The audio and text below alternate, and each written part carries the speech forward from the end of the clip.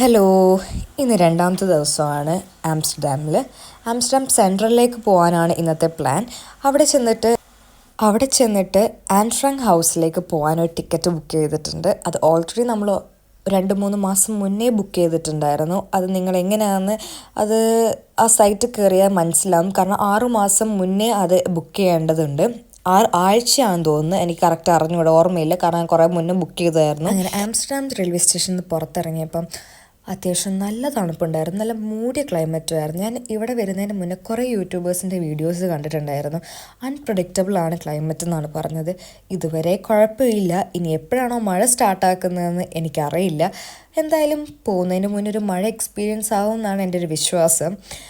അത്യാവശ്യം മൂടിയ ക്ലൈമറ്റ് അതിനെക്കൊണ്ട് എന്താ അവസ്ഥ എന്ന് എനിക്കറിയില്ല. ഇനി നേരെ ആൻ ഫ്രാങ്കിലേക്ക് പോകാനുള്ളതാണ് പ്ലാൻ.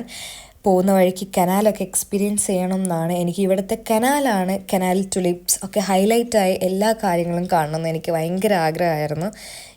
ഇത് ഞാൻ എങ്ങോട്ടാണ് നടന്നു പോകുന്നത് എനിക്ക് കാര്യമായിട്ട് അറിയില്ല. കുറച്ച് വീഡിയോസ് എടുക്കണം എന്നുള്ള പ്ലാനിലാണ് ഞാൻ അങ്ങോട്ട് പോയത്. പക്ഷെ വിചാരിച്ച വീഡിയോ ഒന്നും കിട്ടിയില്ല. ഇവിടുത്തെ സൈക്ലിംഗ് ആണ് ഏറ്റവും ഹൈലൈറ്റ്. ഇവിടെ സൈക്കിൾ ചെയ്യുന്ന ആൾക്കാർക്ക് സെപ്പറേറ്റ് പാത്താണ്. അതിലൂടെ നടക്കാനോ അതിലൂടെ കാൽ വെക്കാനോ പറ്റില്ല. കാരണം നമ്മൾ അഥവാ അറിയാതെ ഏറ്റവും അതിലൂടെ നടന്നു പോയാൽ അപ്പം തുടങ്ങും ഇവിടെ ഡച്ചിൽ തെറി വിളിക്കാനോ അല്ലെങ്കിൽ ഒച്ചയും ബഹളവും. ഇതിലൂടെ ഇനി അടുത്തതെന്ന് വെച്ചാൽ കനാൽ. ഞാൻ പറഞ്ഞ കനാലെത്തി. കനാൽ അടിപൊളിയാണ്. ഇവിടെ ഓൾറെഡി പാർക്ക് ചെയ്തിരിക്കുന്ന പല ബോട്ടിലും ഓൾറെഡി പല കാലങ്ങളായിട്ട് താമസിക്കുന്ന ആൾക്കാരാണ്. ഇവിടെ കുറേ വർഷങ്ങളായിട്ട് താമസിക്കുന്നവരുണ്ട് ഈ കനാലിൽ. അത്യാവശ്യം അടിപൊളി എക്സ്പീരിയൻസ് ആയിരുന്നു.